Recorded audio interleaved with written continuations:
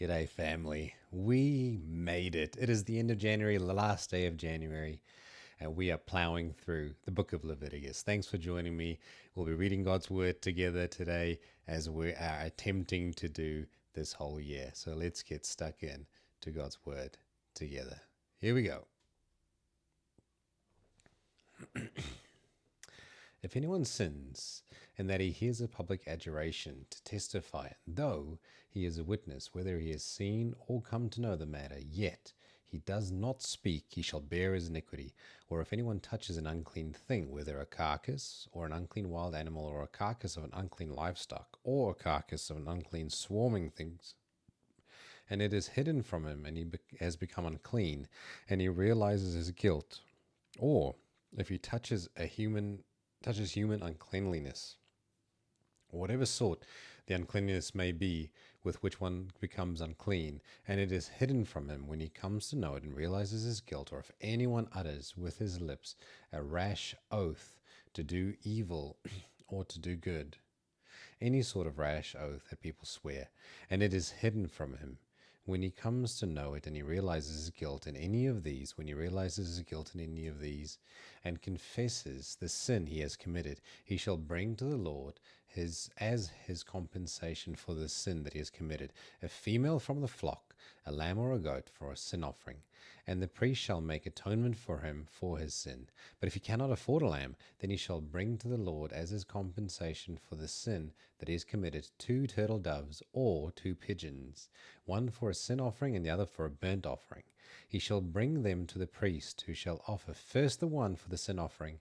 He shall wring its head from its neck, but shall not sever it completely, and he shall sprinkle some blood of the sin offering on the side of the altar, while the rest of the blood shall be drained out at the base of the altar. It is a sin offering. Then he shall offer the second for a burnt offering, according to the rule. And the priest shall make atonement for him for the sin that he has committed, and he shall be forgiven. But if he cannot afford 2 turtle doves or 2 pigeons, then he shall bring as his offering for a sin that he has committed a tenth of an ephah of flour, of fine flour, for a sin offering. He shall put no oil on it, and shall put no frankincense on it, for it is a sin offering. And he shall bring it to the priest, and the priest shall take a handful of it as a memorial portion, and burn this on the altar, on the Lord's food offering, and it is a sin offering. Thus the priest shall make atonement for him for the sin which he has committed in any one of these things, and he shall be forgiven. And the remainder shall be for the priest as in the grain offering.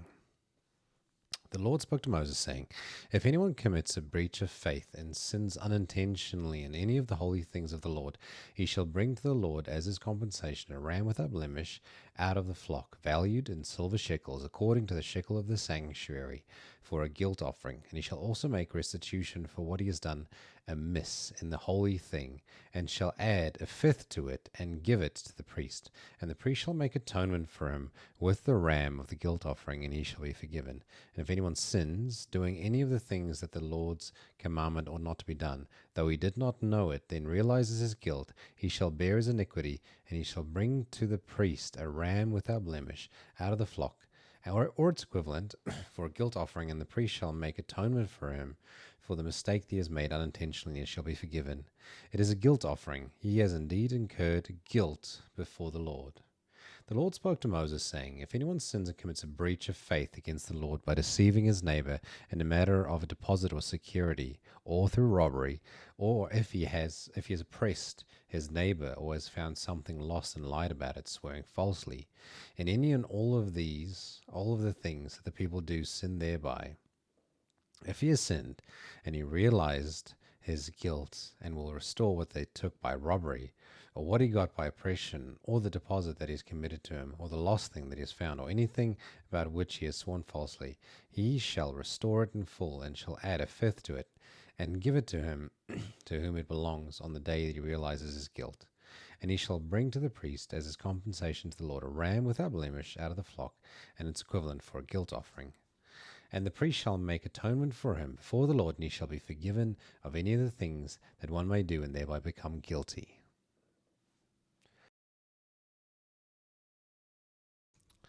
The Lord spoke to Moses, saying, Command Aaron and his sons, saying, This is the law of the burnt offering. The burnt offering shall be on the hearth on the altar at night until the morning, and the fire of the altar shall be kept burning on it.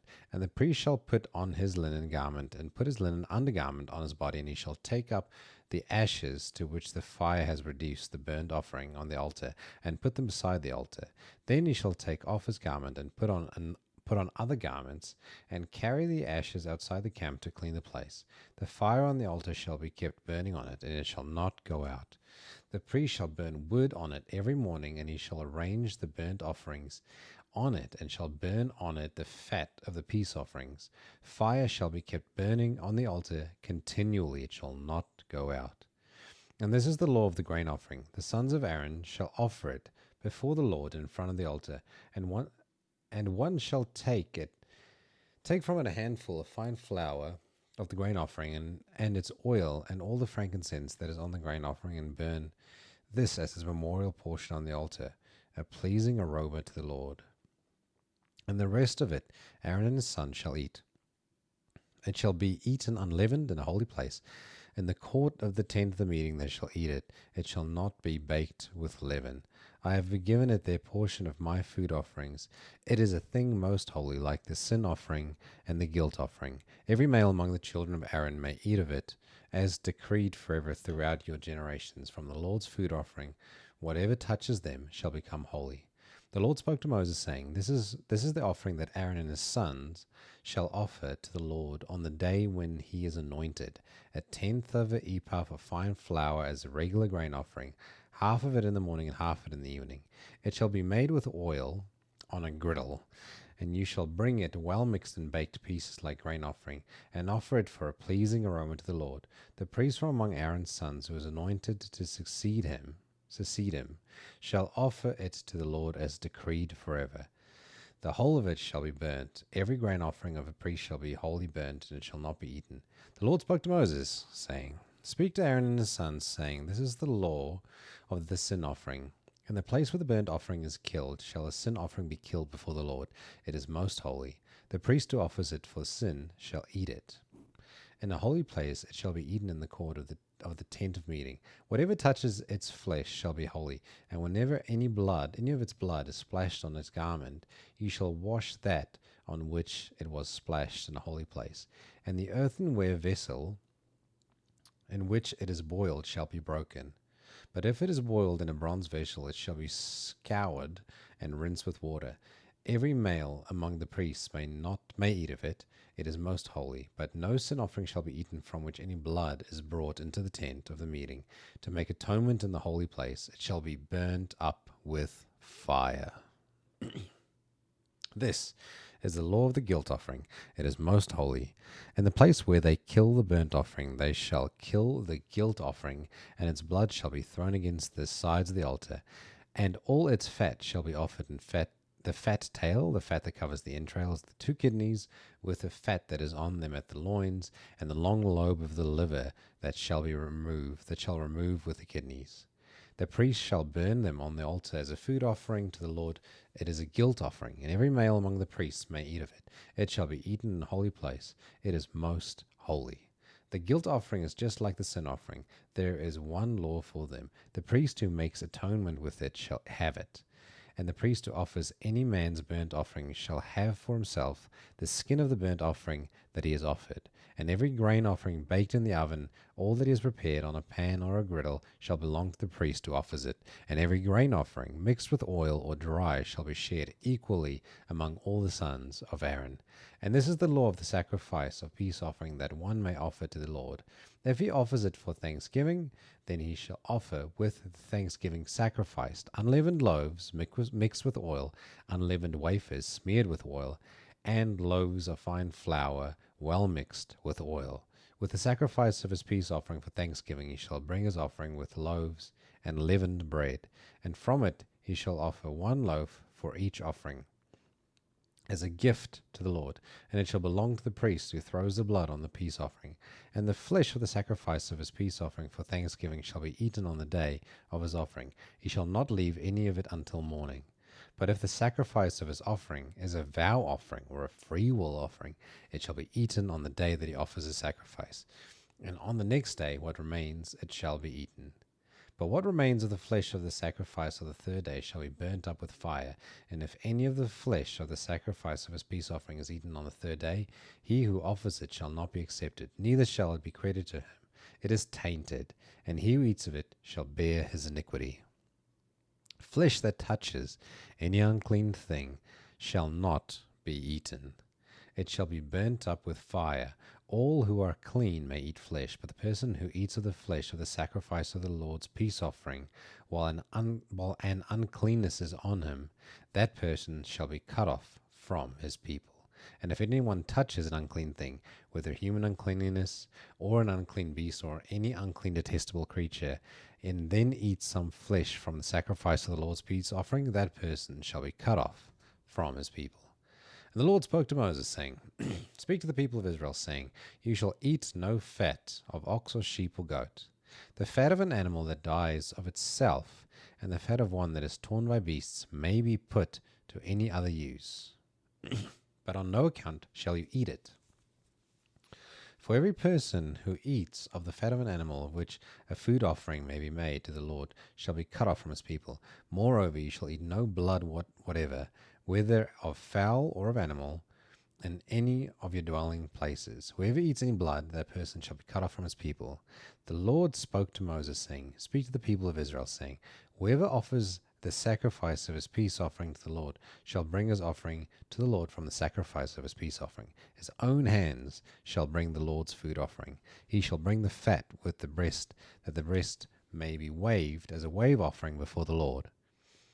The priest shall burn the fat on the altar, and the breast shall be for Aaron and his sons. And the right thigh you shall give to the priest as a contribution from the sacrifices of your peace offering. Whoever among the sons of Aaron offers blood of the peace offering, and the fat shall have the right thigh for a portion. For the breast that is waved and the thigh that is contributed I have taken from the people of Israel out of the sacrifices of their peace offering, and I have given them to Aaron the priest and to his sons as perpetual due from the people of Israel. This is the portion of Aaron and of his sons from the Lord's food offering, from the day they were presented to serve as priests of the Lord. The Lord commanded this to be given them by the people of Israel. From that day he anointed them. It is a perpetual due throughout their generations. This is the law of the burnt offering, of the grain offering, of the sin offering, of the guilt offering, of the ordination offering, and of the peace offering, which the Lord commanded Moses on Mount Sinai on the day that he commanded the people of Israel to bring their offerings to the Lord in the wilderness of Sinai. All right, we'll read together Psalm 31 as well. In you, O Lord, do I take refuge. Let me never be put to shame. In your righteousness deliver me. Incline your ear to me and rescue me speedily. Be a rock of my refuge. Be a rock of refuge for me and a strong fortress to save me. For you are my rock and my fortress, and for your name's sake you lead me and guide me. You take me of the net they have hidden for me. For you are my refuge, and to your hand I commit my spirit, and you have redeemed me, O Lord, faithful God. I hate those who pay regard to worthless idols. But I trust in the Lord, and I will rejoice and be glad in your steadfast love, because you have seen my affliction, and you have known the distress of my soul.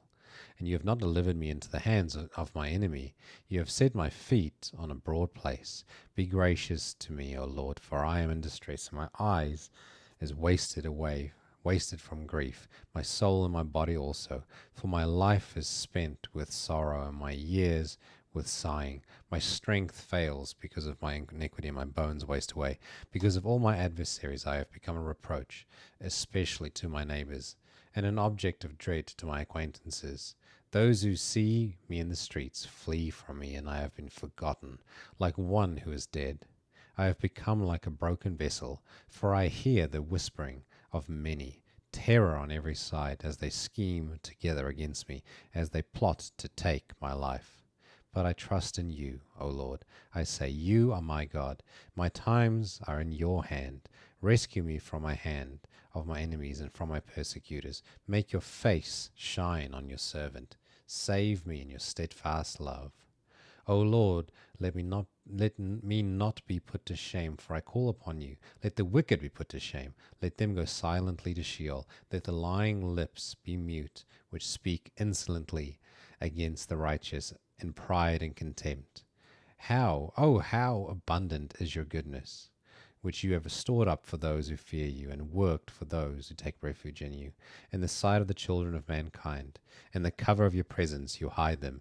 From the plots of men, you store them in your shelter, from the strife of tongues. Blessed be the Lord, for he has wondrously shown his steadfast love to me. When I was in a besieged city, I had said in my alarm, I am cut off from your sight. But you heard the voice of my pleas for mercy when I cried to you for help. Love the Lord, all you saints. The Lord preserves the faithful, but abundantly repays the one who acts in pride. Be strong, let your heart take courage, all you who wait on the Lord. Thank you for joining me for this whole month. We'll be hitting next month hard again and continuing in the book of Leviticus. Until then, have a blessed day.